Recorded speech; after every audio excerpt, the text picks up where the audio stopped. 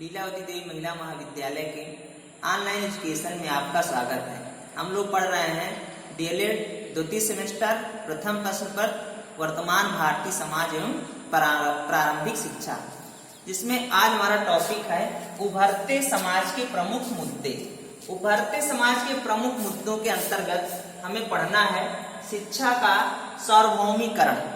सार्वभौमिकरण, सार्वजनिकरण या सर्वव्यापीकरण आदि नामों से जाना जाता है।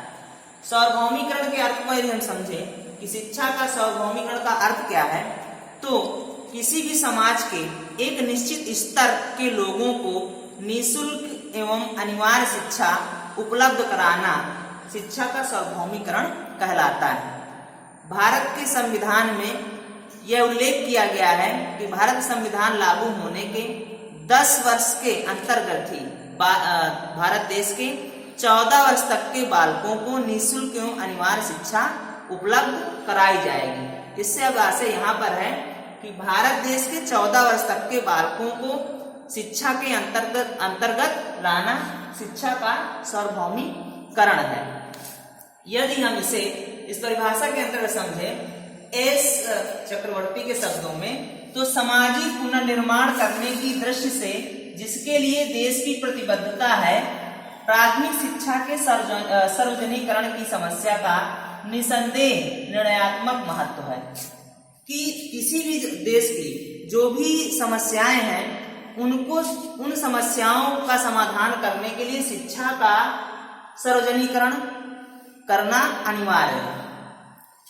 अब हमारे देश में शिक्षा के सार्वभौमिकरण करने में क्या समस्या आ रही है, मतलब कि ऐसे कौन से कारण है जिसकी वजह से शिक्षा का सार्वभौमिकरण नहीं हो पा रहा है। तो इसके लिए 3 कारण हैं। पहला है सुविधाओं की सार्वभौमिकरण का अभाव। आज हमारे देश में सुविधाओं का सार्वभौमिकरण का अभाव है। कहने का मतलब यह है कि आज भी हमारे समाज में प्राथमिक विद्यालय 1 किलोमीटर की दूरी से है, जिससे बालकों को वहां पहुंचने में दिक्कत होती है। साथ ही वहां पर विभिन्न प्रकार के संसाधनों का अभाव है, जिससे इसका सार्वभौमिकरण नहीं हो पा रहा है। दूसरा है नामांकन की सार्वभौमिकता का अभाव। हमारे देश में नामांकन की सार्वभौमिकता का भी अभाव है। जैसे कि हमारे देश में 6 वर्ष की आयु में कक्षा 1 में नामांकन होता है, किंतु कहीं कहीं अधिक उम्र 8 साल, 9 साल या 10 साल की उम्र में भी नामांकन करना पड़ता है। तो यह नामांकन की सार्वभौमिकता का अभाव है। इसके बाद है शिक्षा को बीच में छोड़ने की सार्वभौमिकता। हमारे देश की सबसे बड़ी समस्या ये भी है कि बालक बीच में ही विद्यालय छोड़कर चले जाते हैं, जिससे अव्यय और अवरोधन होता है। उन पर जो निवेश किया जाता है वह नुकसान होता है। साथ ही उनका ज्ञान भी पूरा नहीं होता, उनकी शिक्षा भी पूरी नहीं हो पाती है। तो किस प्रकार से शिक्षा का सार्वभौमिकरण हो, मतलब देश के प्रत्येक व्यक्ति को, जो भी मतलब वंचित वर्ग से हो या किसी भी वर्ग से हो, किसी भी जाति संप्रदाय का व्यक्ति हो, किस प्रकार से उसको इसके अंतर्गत लाया जाए, यह बहुत ही आवश्यक है, जिसके लिए कई प्रावधान किए गए हैं। इसके लिए हमें सबसे पहले समझना है कि शिक्षा के सार्वभौमिकरण के उद्देश्य क्या है, शिक्षा का सार्वभौमिकरण क्यों किया जाए। इसके लिए हमें इसके उद्देश्यों को समझना होगा। तो सबसे पहला है ज्ञानार्जन का उद्देश्य। शिक्षा के सार्वभौमिकरण द्वारा ज्ञानार्जन होगा, लोगों को शिक्षा मिलेगी, लोगों के ज्ञान में वृद्धि होगी और ज्ञान में वृद्धि की वजह से वह अपने कार्यों को आसानी से कर पाएंगे। दूसरा है बौद्धिक व मानसिक विकास का उद्देश्य। शिक्षा के सार्वभौमिकरण का उद्देश्य है कि लोगों को मानसिक रूप से सबल बनाया जाए, उनको इस योग्य बनाया जाए कि वह अपने विभिन्न रोजमर्रा के कार्यों को आसानी से कर सके। दूसरा है शारीरिक विकास का उद्देश्य। यह आप सभी जानते हैं कि स्वस्थ शरीर में ही स्वस्थ मस्तिष्क का निर्माण होता है। ऐसे में शारीरिक विकास के लिए बालकों को शिक्षित किया जाना अति आवश्यक है। इसके साथ ही है नैतिक व चारित्रिक विकास का उद्देश्य। किसी भी राष्ट्र की उन्नति तभी संभव है जब उनके नागरिकों में नैतिक एवं चारित्रिक रूप से विकास किया जाए, क्योंकि जिस देश के नागरिक नैतिक एवं चारित्रिक रूप से उन्नत होते हैं, उत्तम होते हैं, उसी देश में शांति और विकास संभव है। इसके बाद है सांस्कृतिक विकास का उद्देश्य। शिक्षा के सार्वभौमिकरण का यह भी उद्देश्य है कि किसी भी संस्कृति का विकास किया जाए।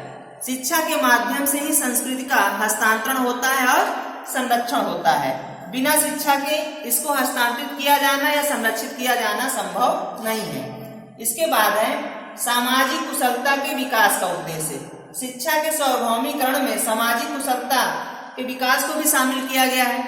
सार्वभौमिकरण के द्वारा लोगों के जीवन का स्तर ऊपर आता है, वह अपने रोजमर्रा के कार्य को कर लेते हैं, वह किस प्रकार से आय करें, किस प्रकार से व्यय करें, वह सब उनके व्यवहार में आ जाता है। साथ ही सहयोग, प्रेम तथा सौहार्दपूर्ण संबंध आदि वह समझने लगते हैं, समाज को समझने लगते हैं।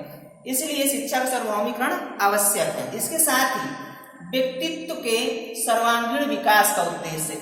शिक्षा के सार्वभौमिकरण का यह उद्देश्य है कि व्यक्तित्व के सर्वांगीण विकास भी किया जाए, एक ही पक्ष नहीं विभिन्न पक्षों का विकास किया जाए, जिससे वह समाज में अपनी आवश्यकताओं और दूसरों की आवश्यकताओं को पूर्ति कर सके। इसके साथ है जीविकोपार्जन का उद्देश्य।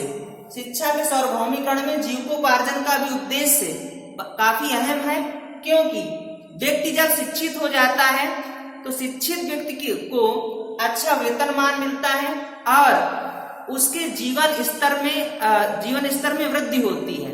वह अपनी आवश्यकताओं को आसानी से पूरा कर पाता है।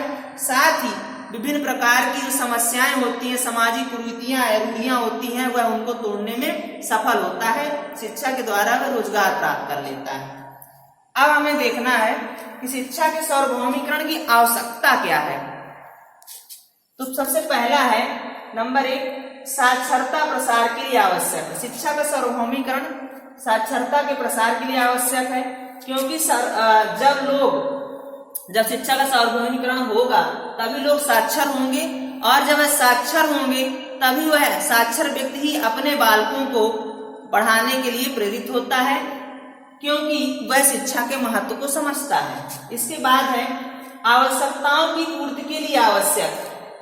जो भी आवश्यकताएं वर्तमान में व्यक्ति की हैं, वह शिक्षा के द्वारा ही पूरी हो सकती हैं, क्योंकि शिक्षा के माध्यम से व्यक्ति भली प्रकार से अपने आप को, अपने व्यवहार को वह संतुलित कर सकता है, वह अपनी आवश्यकताओं की पूर्ति कर सकता है। इसके बाद है स्वशिक्षा के लिए आवश्यक। जब बालक को शिक्षित किया जाएगा, वह प्राथमिक स्तर की शिक्षा प्राप्त कर लेंगे, तब उनके अंदर इतनी सोचने समझने की क्षमता होगी कि वह आगे किस प्रकार से शिक्षा ग्रहण करें या किस प्रकार से अपना अध्ययन करें, तो वह इस पर विचार करेंगे और आगे अपनी योग्यता के आधार पर अध्ययन कर सकेंगे। इसलिए शिक्षा के सार्वभौमिकरण की आवश्यकता है। इसके साथ ही व्यक्ति के विकास के लिए आवश्यक। शिक्षा के सार्वभौमिकरण से प्रत्येक व्यक्ति को जब शिक्षा प्राप्त होगी तो वह उसके विकास में सहायक होगी, क्योंकि व्यक्ति शिक्षित होने के बाद अपने विकास के लिए सोच सकता है, अपने विकास के लिए आगे बढ़ सकता है। इसके साथ है जनतंत्र को सफल बनाने के लिए आवश्यक। किसी भी देश में जब लोग शिक्षित हो जाते हैं तो वह अपने जनतंत्र को, अपने अधिकारों की रक्षा के लिए मतदान करते हैं, वह सही चुनाव करते हैं।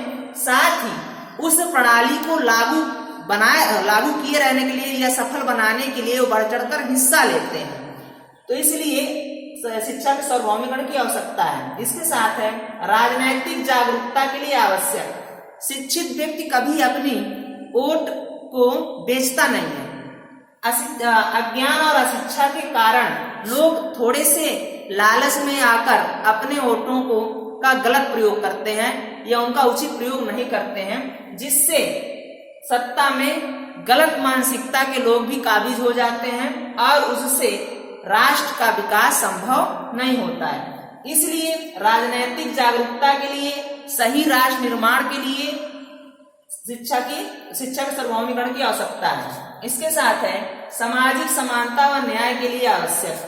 समाज में अपने अधिकारों की रक्षा के लिए, साथ ही यदि कहीं पर हमारा शोषण हो रहा है तो उसके लिए संविधान में अपने अधिकारों की रक्षा के लिए, साथ ही समाज में काम के अवसरों में समानता के लिए या समाज में विभिन्न प्रकार के जो भी अवसर आते हैं उनमें बढ़ चढ़कर हिस्सा लेने के लिए शिक्षा के सार्वभौमिकरण की आवश्यकता है, क्योंकि शिक्षा द्वारा ही हमें अपने अधिकारों की रक्षा करना और अपने अधिकारों के लिए लोगों से लोगों का सामना करना सफल हो पाता है। इसके बाद है सांप्रदायिकता के विनाश के लिए आवश्यक। शिक्षा के सार्वभौमिकरण की यह भी आवश्यकता है कि किसी भी देश में विभिन्न संप्रदाय के जो लोग होते हैं उनमें सांप्रदायिकता की भावना इतनी अहम न हो जाए कि वह मानवता का दमन करें, क्योंकि सांप्रदायिक ताकतें मानवता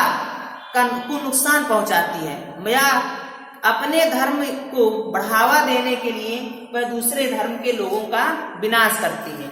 इसलिए उनका शिक्षित होना जरूरी है कि वह वास्तव में समझें कि क्या उचित है, क्या अनुचित है, किसे मानना चाहिए, किसे नहीं मानना चाहिए। इसलिए शिक्षा के सार्वभौमिकरण की आवश्यकता है।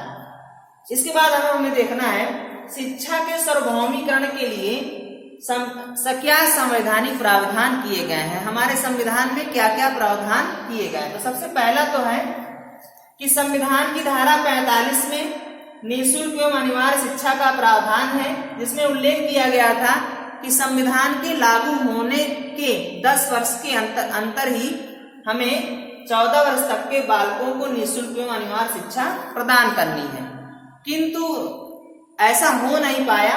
इसके बाद हमारे संविधान में यह भी उल्लेख किया गया है 86वें संशोधन के अंतर्गत अनुच्छेद 21 का में 21 का में जिसमें जो संशोधन हुआ तो 2002 में, उसमें शिक्षा के अधिकार के तहत संशोधन करके उल्लेख किया गया है कि निःशुल्क एवं अनिवार्य शिक्षा सबको प्रदान की जाए 6 से लेकर 14 वर्ष तक के बालकों को। इसके बाद बाल शिक्षा अधिकार अधिनियम 2009 पारित हुआ, जिसमें इसको पारित किया गया 2009 में। इसके बाद 1 अप्रैल 2010 से यह लागू है, जिसके अंतर्गत हमें शिक्षा का अधिकार प्राप्त है संविधान द्वारा। 6 से 14 वर्ष तक के बालकों को इसके अंतर्गत लाया गया है कि उन्हें किसी प्रकार से निःशुल्क एवं अनिवार्य शिक्षा सरकार द्वारा प्रदान की जाएगी। हमारा संविधान इसके लिए हमें अधिकार देता है। तो ये था शिक्षा का सार्वभौमिकरण। किसी भी राष्ट्र के उत्थान के लिए शिक्षा का सार्वभौमिकरण बहुत ही आवश्यक है।